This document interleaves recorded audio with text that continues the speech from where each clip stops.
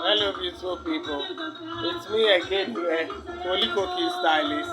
It's a beautiful Wednesday morning, midweek, and it's a raining Wednesday morning, and everything is beautiful and pretty.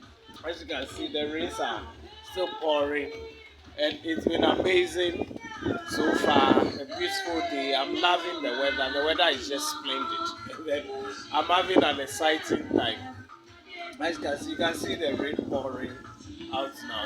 The streets are very much wet, and then it's giving some level of joy to the environment and the ambience, and then it's building up the niceness of the trees and the water falling on it, and how it's making everything beautiful. It's just like April has come early, and I'm loving it.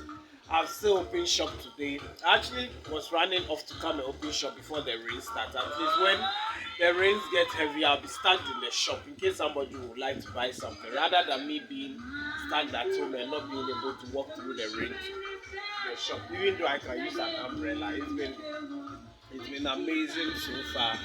As you can see, the environment which my shop is so, it's my showroom shop stylist Nene Nazarene to Koli Cooking stylist. Now I'm certainly on Koli Cooking stylist. It's a blessed day and I'm thankful to God. Amen.